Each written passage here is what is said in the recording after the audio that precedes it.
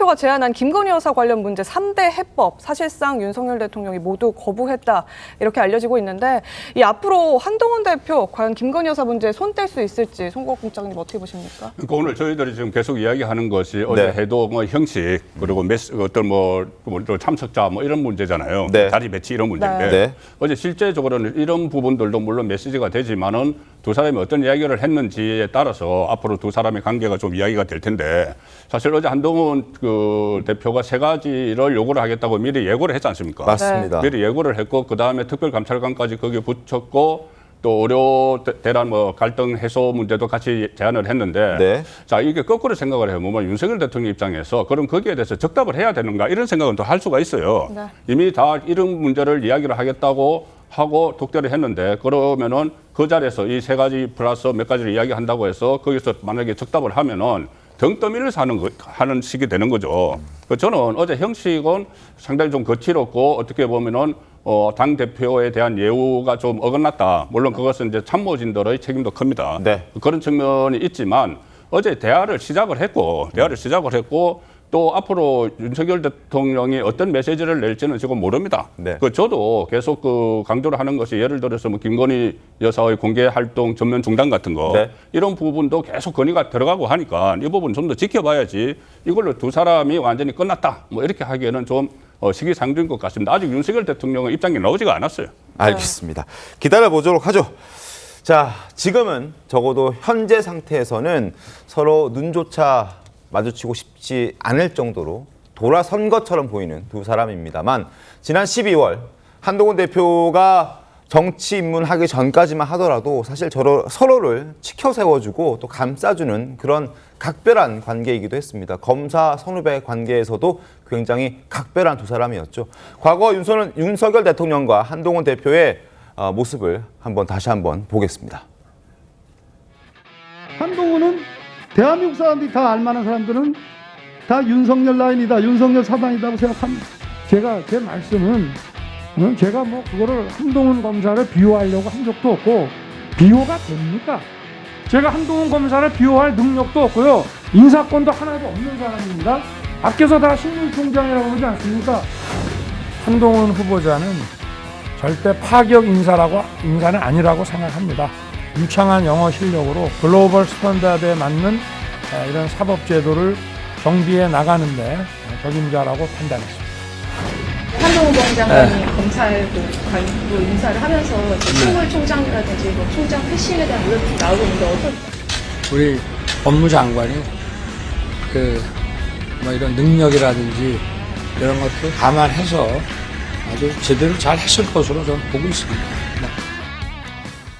임기 시작할 때만 하더라도 저렇게 각별한 사이였는데 과연 무엇이 저들을 저렇게 갈라놓았던 걸로 보이십니까? 저는 총선 결과라고 봅니다. 총선 결과? 네, 총선을 앞두고 상당히 한동훈 당시 비대위원장이 힘을 많이 실어줬어요.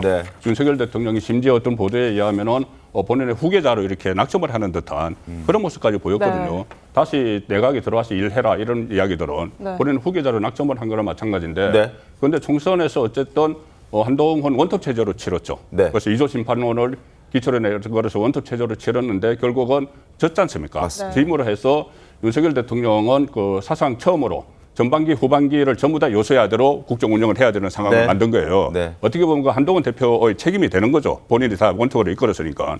그런데 그 이후에 또 한동훈 대표가 물론 그 많은 요구가 있었지만은 다시 당의 전면에 나서는 과정에서 이 일종의 차별화를 시도를 하니까 지금 양쪽의 관계가 이렇게 됐고 거기서 또 빼놓을 수 없는 변수가 민주당의 이재명 대표의 사법 리스크에 의해서 이 전국을 특검 전국이나 탄핵 전국으로 만들어가는 이 상황도 저는 하나의 간접적인 영향을 미쳐서 복합적으로 이 두 사람의 관계가 지금 어긋나 있다고 봅니다. 알겠습니다.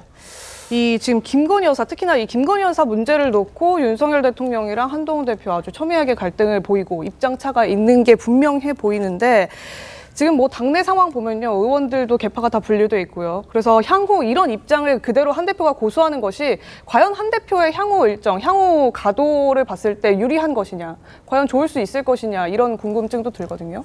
제가 어제 면담 이전에도 방송에서 누누이 말씀을 드렸지만 그 당정이 별로 그렇게 다른 생각을 갖고 있지는 않아요. 그리고 김건희 여사와 관련돼서도 계속 한동훈 대표 쪽에서 김건희 여사 특검에 대해서 동의할 것이다, 찬성할 것이다 계속 이러한 프레임을 덮어씌우는데 어제 분명히 나온 이야기는 특별감찰관 임명에 대한 그 요구가 있었던 거거든요. 네. 특별검사가 아니라 그러니까 민주당이 추천하는 특별검사는 받을 수 없다는 것에 대해서 정부도 당도 한동훈 대표도 뭐 친한계라고 분류되는 의원들도 친한계로 분류되는 사람들도 다 동의하고 있습니다. 다만 그러한 것들의 필요성이 국민들한테 계속 인정되고 나오는 이 과정과 상황에서 특별감찰관이라던가 이와 같은 것들을 김건희 여사에 대한 활동 중단이라던가 네. 이런 것들을 통해서 국민들에게 그 필요성이 없다라는 걸 우리가 충분히 설득할 수 있는, 싸울 수 있는 그 무기를 달라는 게 한동훈 대표의